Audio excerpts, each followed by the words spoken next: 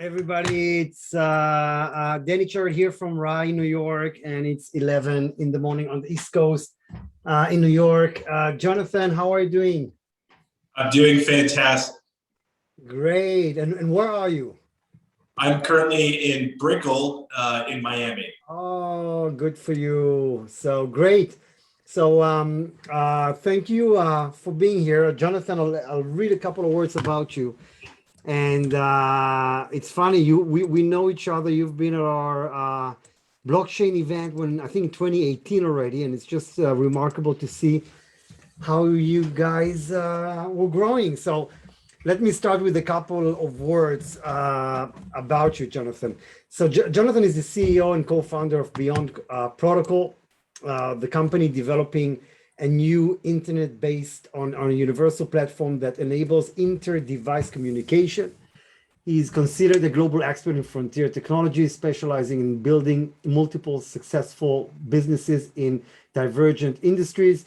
Prior to Beyond, Manzi dropped out of Stanford University, where he presided as the chair of entrepreneurship and co-founded a non-profit for youth entrepreneurship, co-founded and served as CEO of Inc. Manzi spoken extensively around the world about the implications of technology for the future of humanity at events such as the G20 Summit, the St. Petersburg International Forum, and the Ambroresity Forum. I would like to maybe just start with how I wrote in my post. I was quoting an article from Reddit that said this about you. Over the past month or so they write, analysts have consistently called Beyond Protocol the next top 3 coin. Although a lot to consider, I generally agreed. This is a team from Stanford, IBM, Cisco, Amazon, buoyed by Hollywood execs, and they are solving a big problem. Devices in the future will need to pay each other digitally. The Gartners of the world have said there will be more transactions between devices than humans. Then I watched an interview with the CEO, Jonathan Manzi, and it dawned on me that Beyond Protocol will be bigger than Bitcoin. So that's one hell of a article there, Jonathan. So first of all, good morning. Good morning. Enjoy. It's nice that you're in Miami. I wish I was there. Jonathan, maybe we'll start before we'll get to figure out why they wrote something crazy like that about you and what you've built. Maybe we'll start with a little bit of an intro about yourself and the company. For sure. It's amazing to be kicking off. It seems like a period of time in which COVID has affected, a lot of what we've been doing. So it's so awesome to be reuniting with you and DC Finance. It's been a pleasure to build our relationship since 2018. As you know, in 2018, we were just getting started with Beyond Protocol, and my background is that I was an entrepreneur from Silicon Valley, hardware and software entrepreneur at the time. I had just figured out with a group of really passionate technologists and executives that blockchain, when combined with another piece of technology, which is emerging called the hardware signature, and the subcategory of that for the technical folks that are watching is called POOF, the physical unclonable function. When we found out when we married these two things together, we could make devices probabilistically impossible to hack. In the specific use case this was so cool for at the time was Enrique Lores, the current CEO of HP. He was the president at the time. It was for his enterprise printers. So in a office or a law firm, any organization, you've got your stack of printers or big printer that's kind of out in the open, and people go in and print things from, and they built different security infrastructure to make it so people can't just print a bunch of stuff on it. But where security was lacking with them in Gartner, just like you referenced them in the beginning, they'll also say about printers that they're the number one entry point for intrusion into enterprise and organizations. And so when there are hackers trying to get valuable information, usually they target the printers. So Lore's empowered us at Inc., which was making robotic versions of Kinko's and a very kind of innovative hardware and software tech company specifically focused on printing. He had empowered us to look at how to make his printers less hackable. And that's when we double clicked into blockchain and this technology called Poof. And we came up with that solution. But moreover, we did other things that were really awesome for HP related to programmatic ordering of things like paper and ink using smart contracts. So when we arrived at this conclusion that we could build something so powerful that it could make hacks probabilistically impossible and then also allow for that device to programmatically order things, we thought, well, wow, what if we were to do that not just for printers, but all IoT devices? And what would that look like? And the people at the time that helped push our brains toward that direction, one of our advisors, Stephen DeFranco, who was the senior vice president in GM of all IoT for Qualcomm, and or Broadcom rather, and when Qualcomm kind of merged into Broadcom, their IoT division, he presided over all that. And what we ended up realizing is that in the IoT space, in kind of the space where you have the Nest smoke alarms and also things as diverse as sensors on dams, there's no way to get all those devices to talk to each other across the manufacturers that had built them, unless you get those manufacturers to say, yes, we're going to open it up so these Google devices will talk to the Bosch devices, and they've got to empower the developers to kind of come in and do that.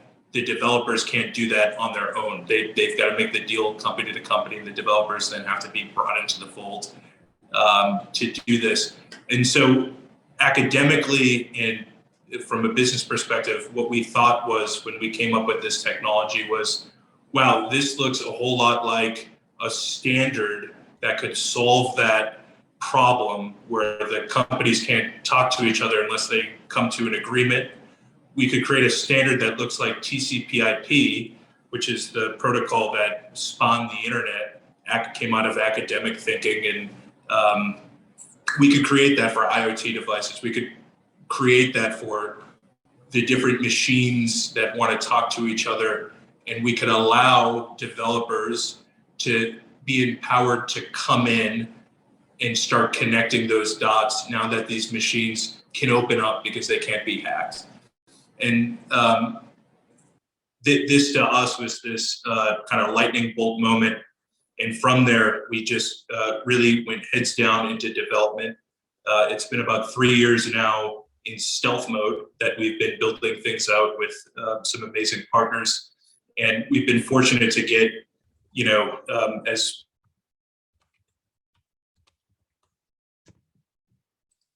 Jonathan, we lost you. Okay, let's wait a couple of minutes until we get Jonathan back. I will mention to you that the day after tomorrow, we have our first dinner since COVID, really, in New York City, private dinner. Basically, a week later, we're doing a dinner in Toronto, but the one in New York is with Jonathan, that will be coming especially for that dinner in New York City. So the day after tomorrow, I believe at 7 p.m, we're doing our special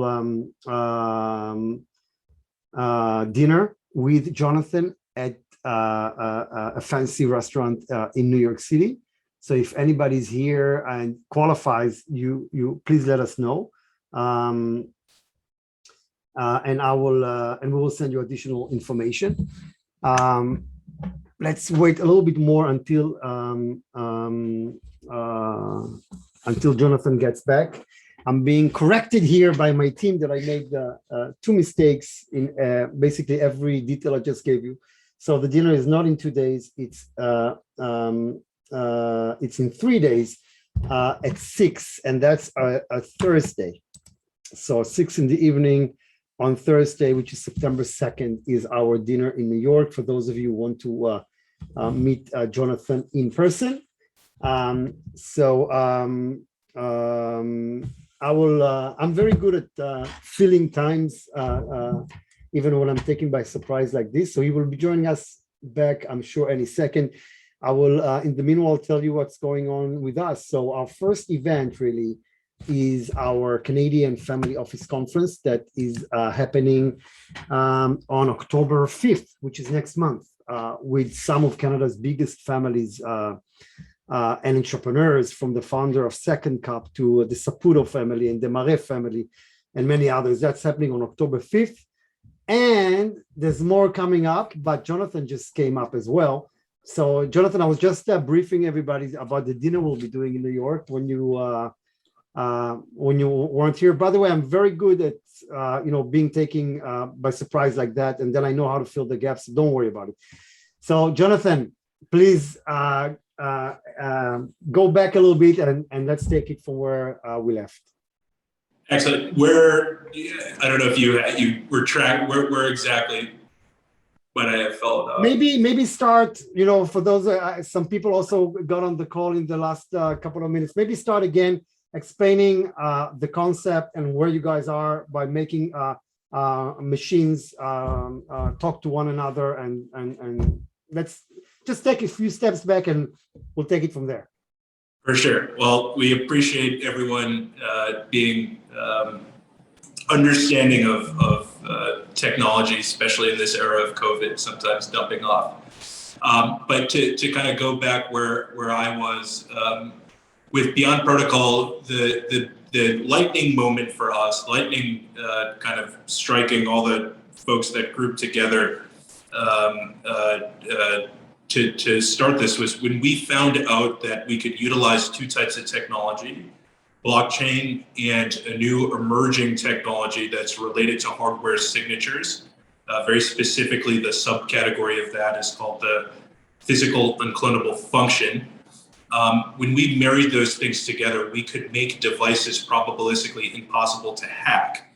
And at the time, the group of folks that got together were solving the fact that enterprise printers for the CEO of HP, now Enrique Lores at the time, who's the president of HP, were their number one entry point into organizations to get valuable information. So we rolled out this strategy to make printers probabilistically impossible to hack. And from there, the group of folks that we were fortunate to be strategizing about this technology, they also had a view into the industry, the IoT industry, specifically one of our advisors, Stephen DeFranco. He was the senior vice president in GM of IoT for Broadcom. And when Qualcomm came and merged their IoT unit with Broadcom, he presided over all that. He knew painfully well the issues related to having different IoT companies, so Google and Bosch, for example, having their devices play together, interact together, and how that just wasn't happening right now, and how much of an inefficiency that was for the world, right? We can't have our Google devices talk to Bosch devices without those two companies forming a partnership. And then if we want the best developers in the world to build on top of those two groups of devices, that partnership then has to selectively choose which developers and cut them in with contractor agreements. What we envision is something way different than that, and it looks way more like the internet, TCP/IP, which is the protocol that founded the internet.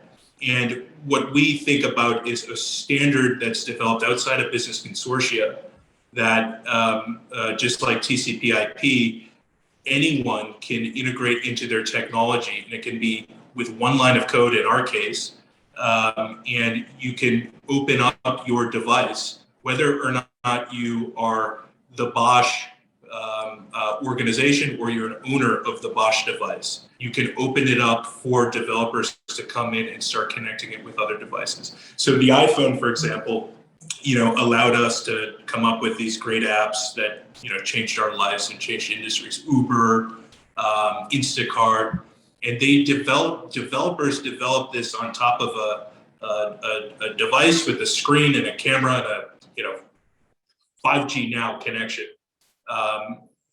What we're saying is developers can come in and develop apps on any combination of devices. And what this will do is create things that we can't even imagine right now. We know that Instacart and these other things came out of one device, but what happens when we merge them all together and allow for this this untapped pool of technology to be unleashed in the world in a very positive way, in a way in which there aren't hacks and there aren't barriers to creativity. So that's kind of where we went. Chronologically, 2018 was that lightning moment for us, that light bulb moment, and we've built over 3 years in stealth mode with some incredible partners, technology that is revolutionary. It is working on use cases in autonomous vehicles, in healthcare. So it's really at the vanguard of where we're headed, but it's also super practical, and it can be integrated with one line of code, and it can be adopted. We can start doing that immediately.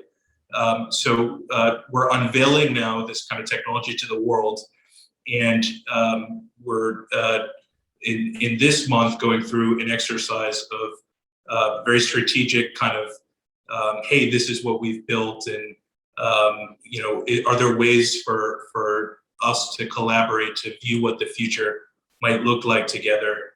And we're doing that simultaneously with a token listing at the end of September. And it's a moment for us. We're very excited by it, where we can showcase what we've built, kind of paint a picture with our partners and our community members for what we see the future could look like, and then also do something in the marketplace very very much a milestone for us, which is becoming now that publicly traded cryptocurrency. So basically, you don't need the permission of any company to develop whatever it is you want, or can a company decide I don't want to be a part of that, I'll make it in a way that you guys cannot build anything on it for whatever reason, or you're basically taking them out of the equation? When we look at this space, we recognize that we've got to work collaboratively with ecosystem partners, and we believe that we're providing an extreme value to ecosystem partners. We also simultaneously recognize that there are users there. I'll give you an example. We're having an event on Saturday with DoorDash, a celebrity athlete that is globally recognized, and it's going to mark the first time in history that the blockchain will be used to secure PHI, patient health information, and allow that information for this celebrity athlete to facilitate a use case that he's been burning for there to be. He's someone who people recognize as someone who wants to perform at his peak, is in tune with blockchain, and also but sports performance technology. And what we're doing for him is we're allowing his previous 24-hour health records to be analyzed, and data from a smartwatch to be collaborated, that data analyzed against it, and that data kind of in collaboration be pushed, and all that post-workout triggering a just-in-time order with DoorDash for optimal nutrition to be brought to him. this is a use case if we went down to the device manufacturers to facilitate. You're talking about, Apple and then Apple's line underneath that, and who might be the chip provider of the day for them. And if we're talking about, the centralized servers that might be involved for the information that's coming in from a spoon. Like if we went to all them to partner with, it might take 3 to 5 years. At worst case, maybe 1 to 3. At best case, to get them to put this out in their product lines. But what we've done, to answer your question, is we've allowed for one line of code to come into an SDK and enable going right down into the microchip a pull of the PUF, the physical unclonable function, and allow that hardware signature to take place. So yes, we want to partner with the big ecosystem partners. We think that's a great path to adoption. But if we have a NFL athlete who's one of the most well-known ones in the world saying, I need a use case where my data, no one else can see it. I can opt in for people to see it. And I need just-in-time nutrition for that to happen. And obviously this is a demo, so there's more comprehensive things that we're doing that are, making a real world impact immediately for this athlete and others. We're going to do that, and we want to empower these use cases to be facilitated. So yes, strategic ecosystem partnership type of stuff with big, manufacturing lines and chip manufacturers, but also, very pragmatic with let's figure out how we can empower people to move forward with use cases that are burning needs. So my next question, I think you've talked about a little bit, the technology you've developed, seen as a breakthrough and similar in scope to the foundation of the internet. Can you break it down for us? You have spoken a little bit about it. Is there anything else that you may want to add on that side of things?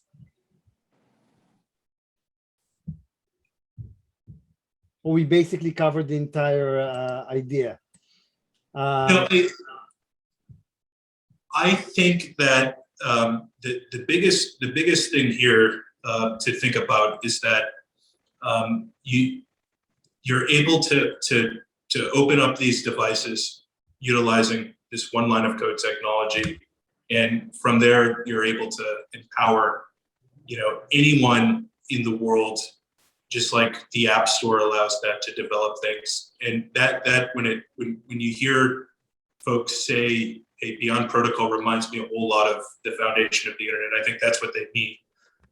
It's a layer 0 protocol that sits below even TCP/IP, which is the foundation of the internet. And it allows for a very much needed standard for hardware identity, authentication, and value transfer. And there's nothing quite like it being developed? Any idea to connect them in other ways by other groups that you know of? There are ideas for IoT-based cryptocurrencies, and there have been, and they're smart. The big differentiators between Beyond Protocol and IoT-based cryptocurrencies is that Beyond Protocol, as mentioned, one, it's adopted with one line of code. That's something, for 3 years we've been building the various architecture to allow for something so amazing to be possible. The second big thing is, Beyond Protocol with hardware signatures, proof technology, and validating nodes around it. So for the technically oriented people that might be viewing, what it allows for is a device to be probabilistically impossible to hack. And we are of the mind that before you start connecting devices together, you really gotta be sure that there aren't any security problems. Right now, if you were to start connecting devices together, it would only compound the risk of breach. But furthermore, post-breach, it would exponentially make the negative impact of that breach, worse. So anytime you talk about connecting IoT devices and allowing them to pay each other, you really, it would be irresponsible, frankly, to not make sure that they're secure. The third thing is, this is an exciting thing. We haven't released information about this yet, but we have talked about the concept of, with Beyond Protocol, you could have devices pay each other not just in crypto, but in fiat, right? So in USD, for example. So what does that mean? You could have a car, for example, pay a traffic light, but doesn't have to pay it in Ethereum, right? Which Beyond Protocol can support. Beyond Protocol can integrate with Ethereum or Bitcoin. It's a technology that can act as a holder. But Beyond Protocol can also connect with USD. And so we have a partnership with one of the largest payment processors in the world that allows us to integrate wallets that people have on that payment processor to allow for there to be connectivity with fiat. And that's hugely important, because if you start really thinking through what does adoption look like, you got to make it simple and accessible. So that's it's a cool differentiator. Now, if you can share with us a little bit of about where you guys are right now, how much money have you raised so far, from whom?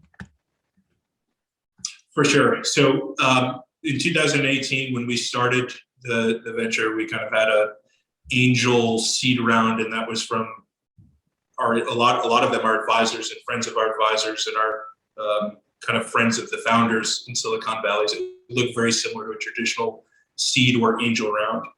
The only difference is it's crypto assets being sold, cryptocurrency. In this past year, we had a pre-sale of our token supply, and we decided, after analyzing feedback from our community, that we wanted to just earmark all this to our community as opposed to institutional investors. And the thought was, our community is so passionate, they're helping advance us in so many different ways.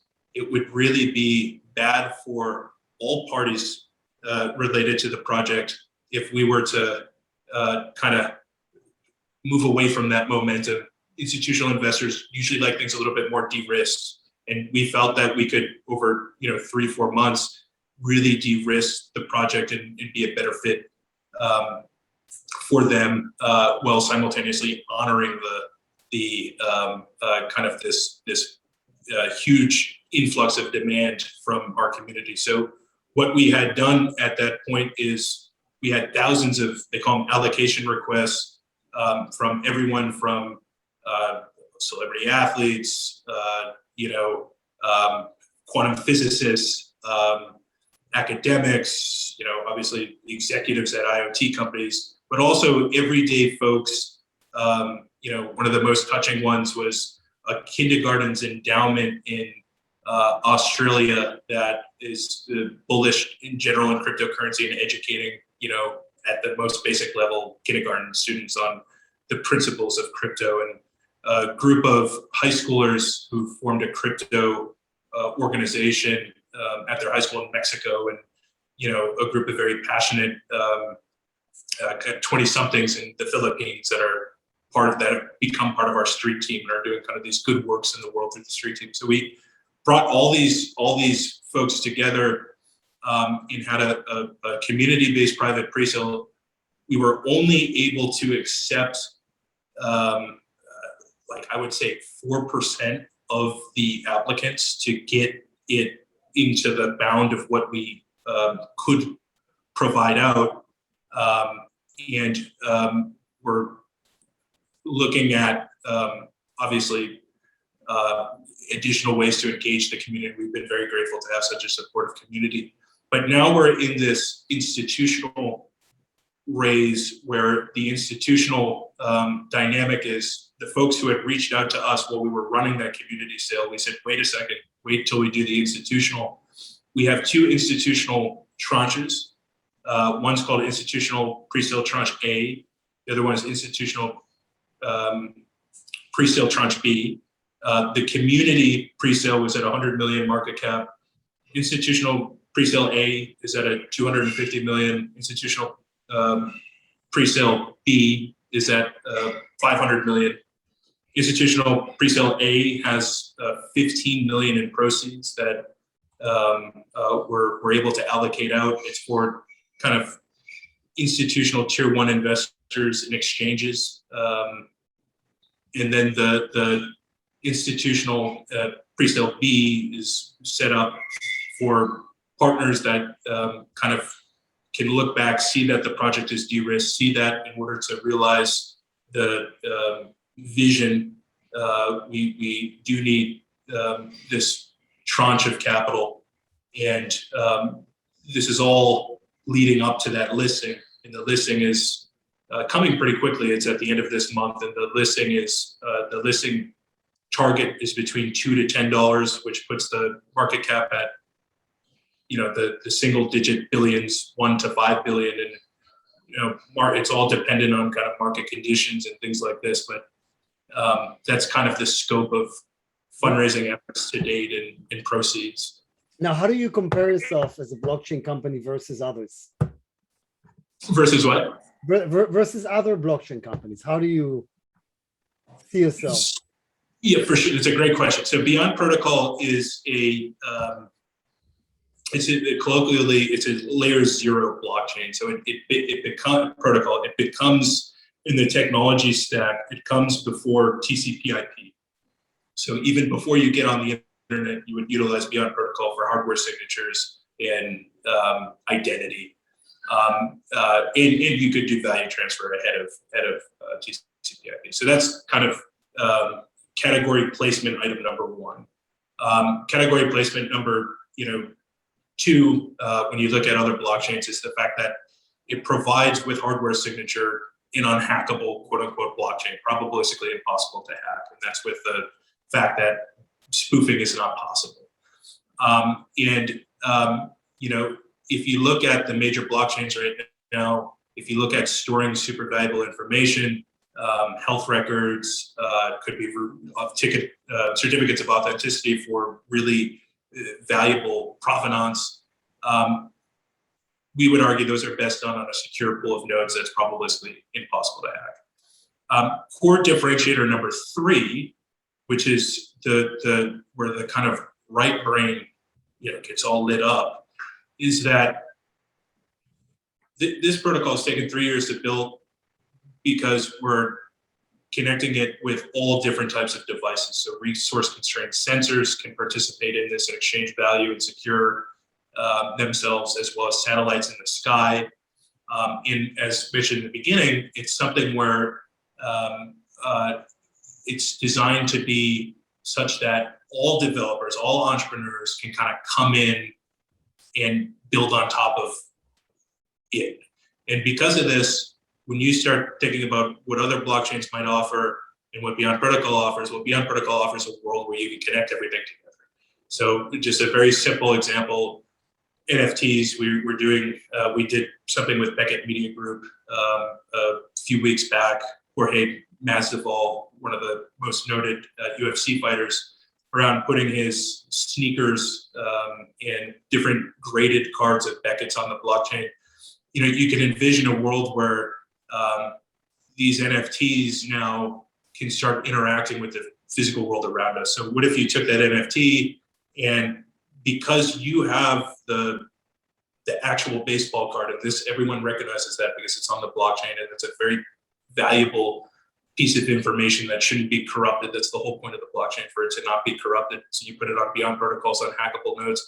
What if this allows you to then, when you walk into an event, someone has developed some sort of cool immersive experience. So this card then will trigger someone to be text messaged when you walk into the event, and that person happens to be the manager of the guy whose baseball card that is. So he's triggered to walk over to you.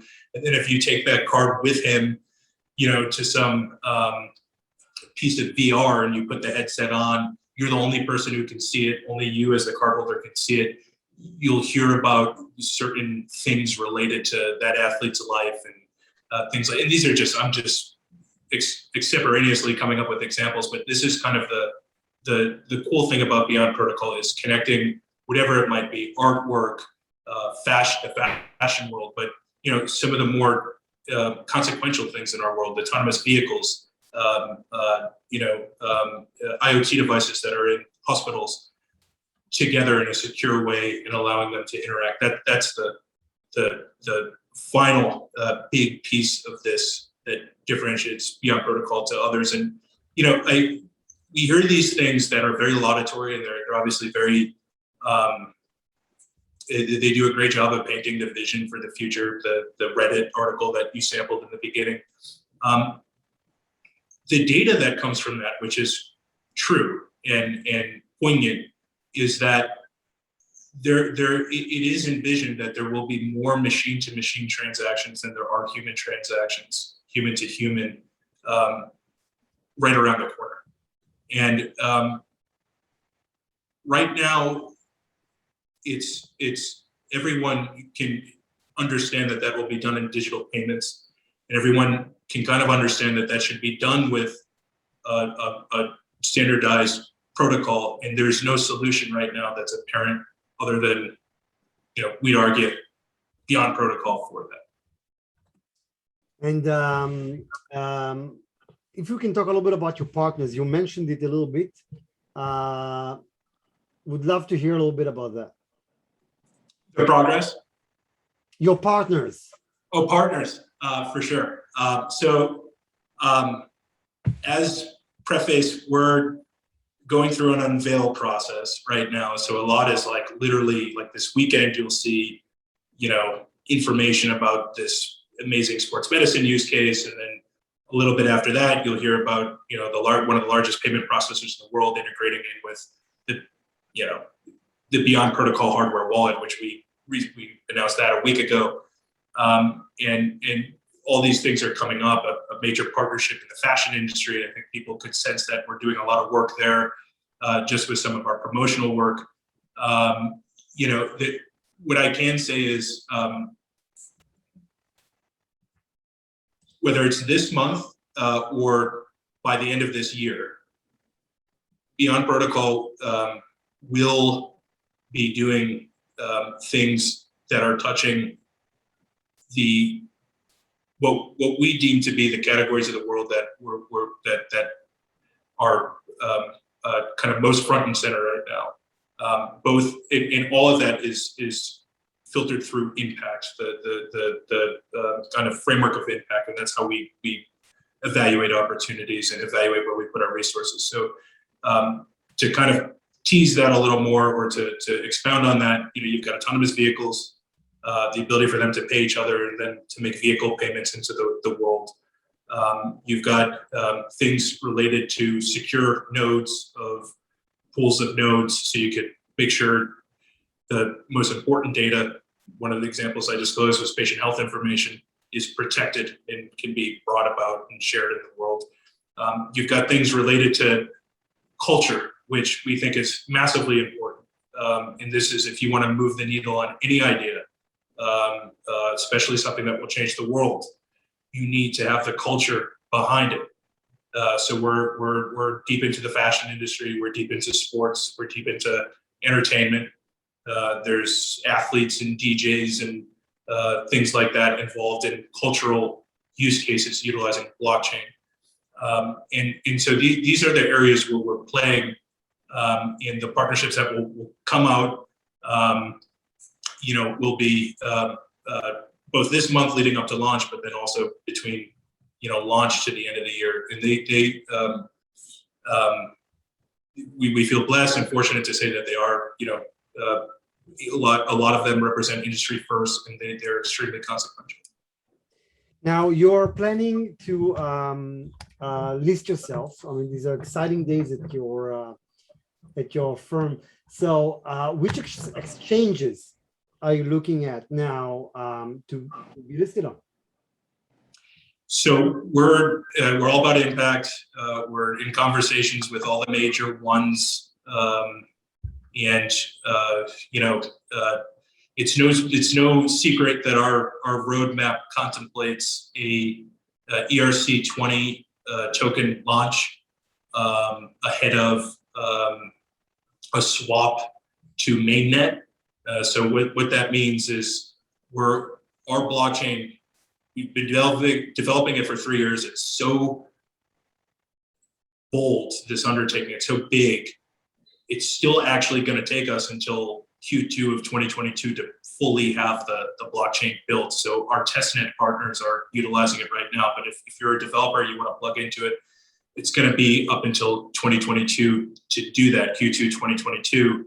And so as we're talking to these exchanges, you know, we're pretty upfront with, hey, for example, domestically in the United States, the SEC might not want there to be a domestic listing if you're not a fully baked, you know, project yet, and that's just because of the SEC's sensitivity to there being projects in the space that, you know, just will pop up overnight and they won't have a fully baked thing. So that having been said, what I would provide as kind of candid disclosure is that we're targeting we're in conversations with all the top ones.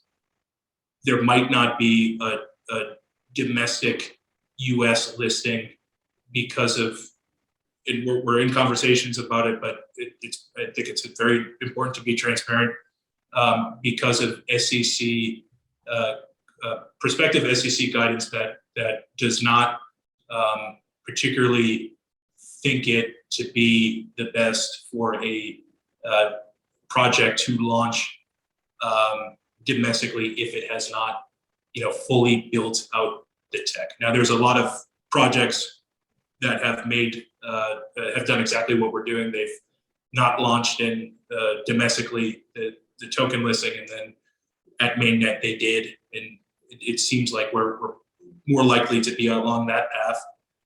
But that decision hasn't fully been made yet. But so with that having been said, you're talking about, you know, the Binance, Huobi of the world, and anything that might, you know, touch the US might be held back into Q2. I'm getting some questions here, like what is the minimum investment? But it's not exactly, I mean, can people invest right now in a pre-IPO? And if so, how does that work? Or after the IPO, not IPO, sorry, the listing in that sense. I'm coming from another world. Yeah, no, for sure. It's a very similar, kind of a very similar exercise in that, you know, you'd look at this, although things are more condensed, I think, in this world than they are for sure in, you know, traditional kind of, you know, NYSE exchange listing or whatever it might be. What we're doing is an institutional round right now that family offices and institutional investors can participate in. And the best way to kind of triangulate about that is to email hello@beyond.link and just put in the subject DC Finance follow-up. I think that's a fine way to alert our community to where that should be routed. And that's a way to kind of engage our investment relations team around the current tranche that's open right now. We will send all that information, by the way, because we were recording the session. So all of you who couldn't make it don't know that, but they will get a link to the session, and also you guys. So Jonathan, if you'd send me all you've said, we will send it tomorrow. The system will send an email to everybody here 24 hours later. So it's going to be sent tomorrow with all your contact information. So whatever it is you'd like us to write, we will add as contact info. Before I'll continue with other questions, where do you see the crypto market headed over the long run? That's my last question to you before we can dive into a couple of questions from our audience. So I mean, this one is a great question, and you get me going for a long time on this. But the way I generally, the way I generally view, you know, the crypto markets is that cryptocurrency touches three things. It's very interdisciplinary. It touches economics, touches technology, and it touches policy. And from the economic standpoint, you'll hear people like Ray Dalio is a great example. You'll hear Ray Dalio, and he'll talk about how the U.S.'s position as the kind of the de facto regulatory reserve currency of the world that's kind of diminishing, right? And there's a vacuum that's being created right now. And what you're seeing out of South America, for example, this past year is that a lot of these countries are willing to make a bet on digital currency that larger countries aren't, because they're bigger, and that it's just from a risk perspective that it doesn't make sense. But they are, and they're doing things like making it a official tender, and you'll hear other information and rumors and speculation about them actually going in and making it a official reserve currency. Larger countries, and when you think about economics of digital currency, one of the big things I think to consider is what it means in that whole. I mean, there's a million of different subcategories, but that category to me is fascinating because it does kind of open up the world of, hey, we're a smaller power and we want to get some sort of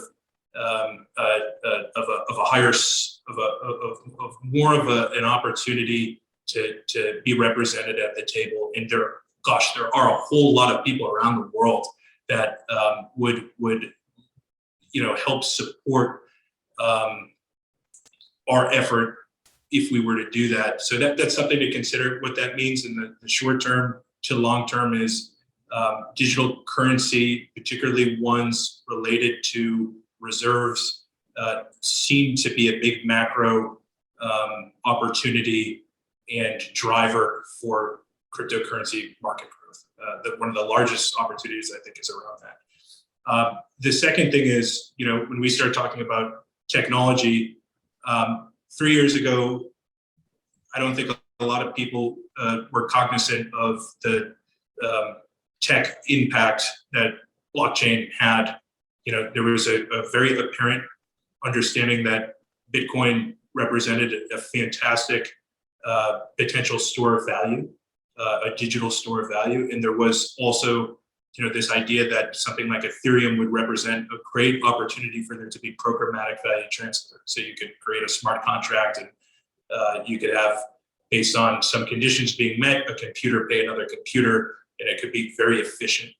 What we're starting to recognize now is that Beyond Protocol is a great example of this, is that literally the plumbing of our technology can be exchanged with something like blockchain, and it can be done in a way where, this is where the big differentiator is, and I want to put a big asterisk there. It can be done very thoughtfully by technologists, where the servers being paid to create this new plumbing are paid in digital payments, like licensing, because they need to be. And that's kind of what Beyond Protocol does with validating nodes.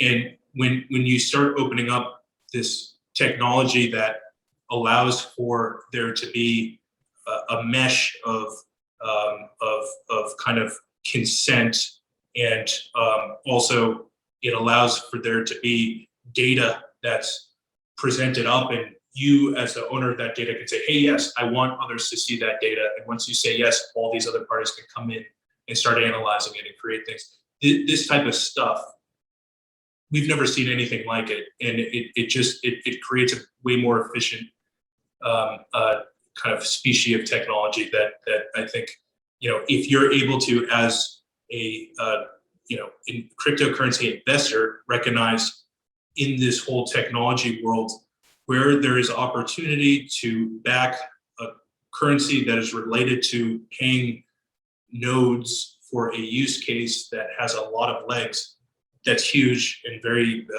a great macro and long-term strategy. And I think in the long term, that's going very far. The third category, policy.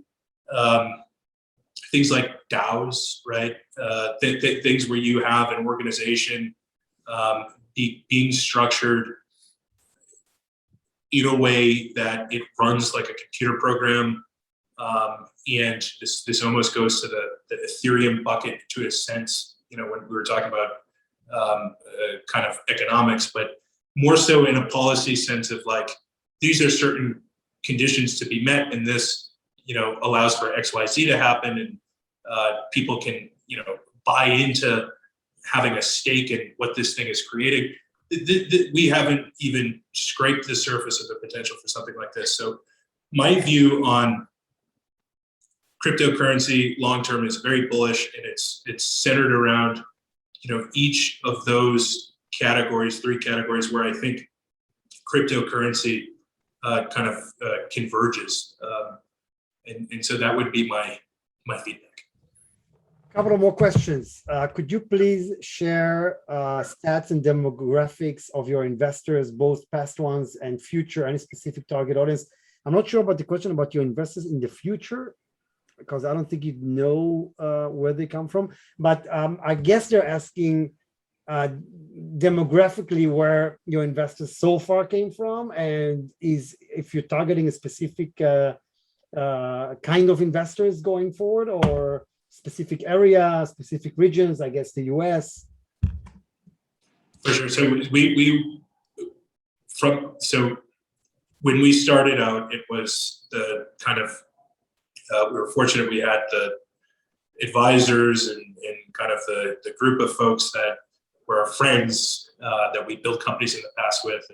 And those were the first stuff we did was all kind of right out of San Francisco and Stanford and Palo Alto. That was kind of the group there. As we incubated and got further into, wow, this could be a really powerful movement, right? And people started to agree with that. We started telling them.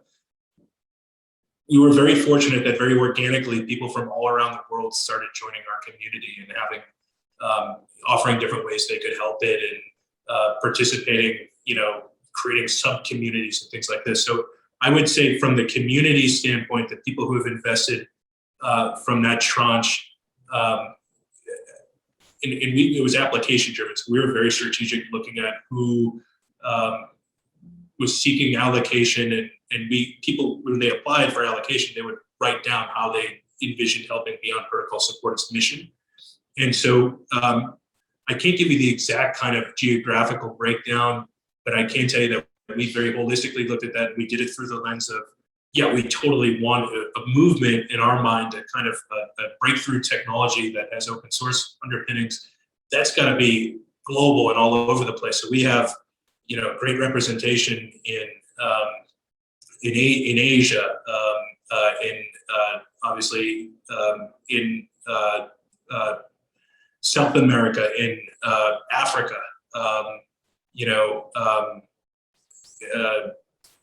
the Middle East, Europe, everywhere, everywhere. So that's been really cool. It's very diverse. Now, in terms of institutional investors, I think, it's a very similar thing. We're going to be very focused on who can provide the most amount of impact, where there's that mission alignment. And so that, like you said, is still kind of TBD, but we're very mindful of geographical activations and kind of being able to facilitate different things that advance the project partnerships and whatnot in various regions. So it's part of the calculus. Do you have an offshore structure for investments? Yes, we have. I would put it this way: we are a Delaware C Corp, but in terms of kind of how we sell our digital assets, we're mindful of Reg D and Reg S domestically. That's what we follow, but that hasn't precluded us from allowing, particularly Reg S offshore investment structure.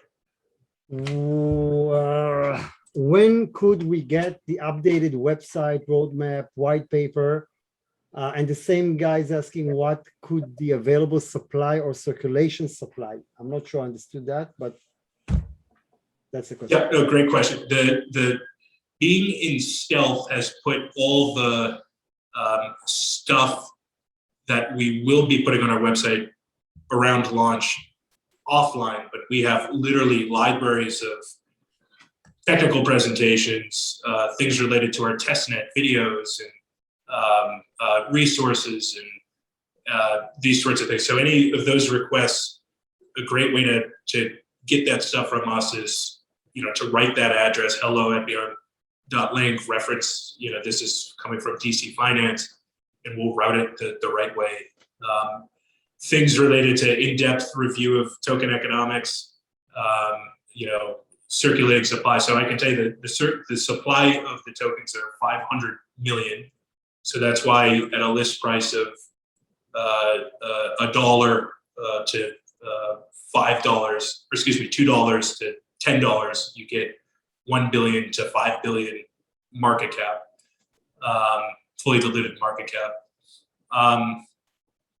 In terms of kind of circulating supply, what happens is, like a startup growth stage company, going into a listing, there are lockups for various stakeholders. So like I and my executive team and advisors all have lockups.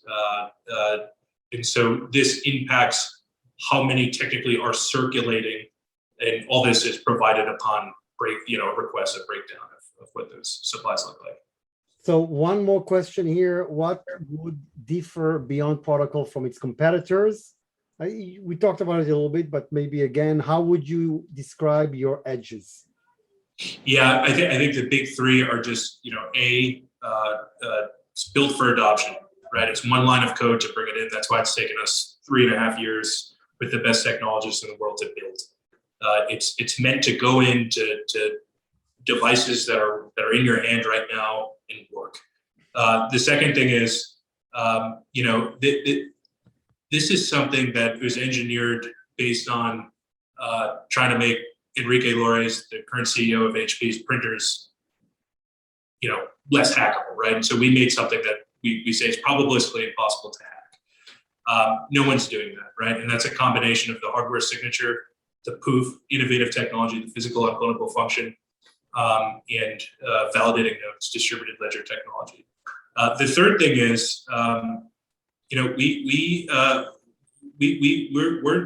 envision a world that you can start, and this goes to point one as well, that you can start using this immediately, and any blockchain that is kind of saying, hey, look, you've got to, in order to use this, you got to pay in Bitcoin or Ethereum, although we support that, if that's what the use case warrants. That's not necessarily the right thing. If I have if I'm in a car and it's my dad and he's in a car and he wants the benefits of being able to pay for a toll and is charging with seamless integration, but not having to do a million things with the phone to kind of get the electric charger to work, and he's not a guy who's going to want to pay in Ethereum or Bitcoin and get one of those wallets loaded up. He's someone who's wanted to pay with his credit card. He already has, with a major payment processor, a profile. He would love to just integrate that. And so that's an example. So with us, it's about being practical and being able to use fiat, right? We're technology first, and then we're pragmatic in trying to get this revolutionary technology out to the world. What do you think about the crypto rates, different coins? What would the effect of these ups and downs on Beyond Protocol? We're very thoughtful with kind of that, and the way we look at it is this is a resource, no different than gold or silver, right, or gas, right? And when you use gas, it powers a certain section of industry, and for the world that we're envisioning, Beyond Protocol powers a certain subsection of industry, and there's always going to be a fixed supply of Beyond Protocol. just like there's, hypothetically a fixed supply of gas in the world, right? It's a natural resource. And what happens is, as there are more and more use cases, the amount of the value of the gas goes up because there's more and more people who want it. But what Beyond Protocol doesn't want to do then is make it harder for a use case to actually exist, right? And so what at the end of this spectrum, at the end of this value chain, is what does it actually cost for a computer to record or validate a hardware signature and say, yes, this is the person sending the message, this is in fact him, we're validating it, and now all of them can kind of see that, and they're getting some payment for that. What energy does that take? And we think that that gets pinned to something different than what it just has to be, than something different than what is going on macroly with the supply. So in other words, say we have in 2030 5 times the amount of companies and devices and people utilizing Beyond Protocol than the year prior. So say 2029 to 2029 to 2030. That doesn't mean then that it should cost 5 times the amount for you to actually perform the use case, right? That makes no sense. That wouldn't be an effective structure. So what it does mean is, though, whatever it costs to validate the transaction, that should somehow, the market should somehow determine that, right? And that should be the payment that goes back and forth. And that's kind of how that's how it's written. That's how the protocol comes together. So keep it simple, right? That's kind of a way to look at this. There's a lot of although I mean we're very thoughtful, but I think some of the thoughtfulness of others in this space may have gotten them into bad situations right now. Right, they were almost too thoughtful, or over-engineered is another way to look at it.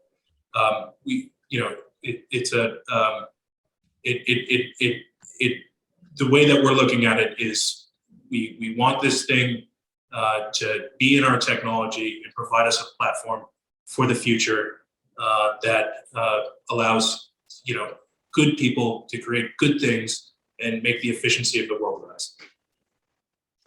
I believe this is about the questions we had here. Anything else that you'd like to add? All I can say is that I'm super grateful for the time and the questions and the interest in the project, and it's always a pleasure to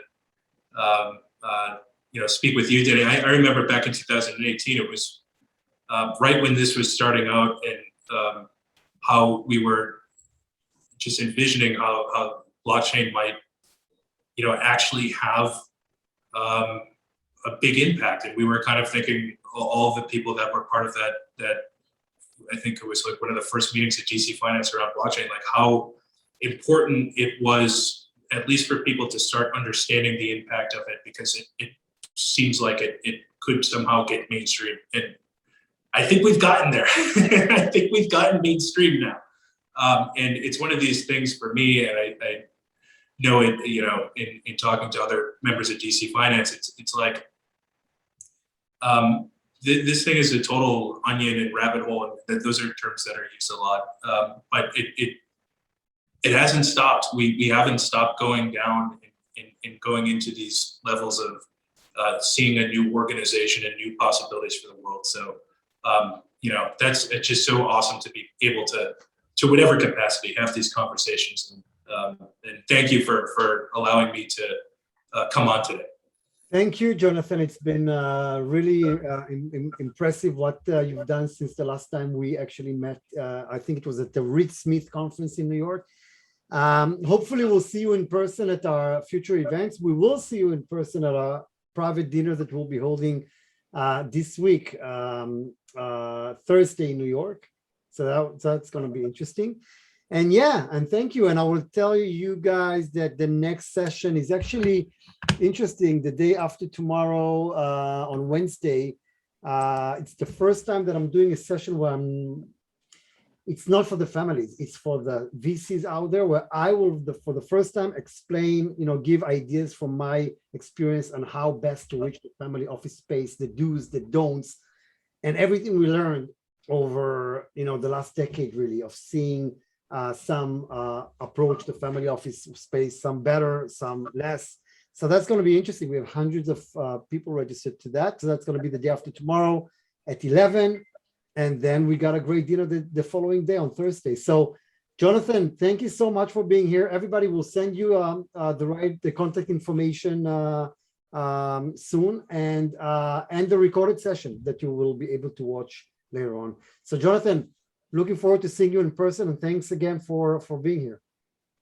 Thank you for having me, and see you on Thursday. Thank you, and enjoy Miami. Thank you.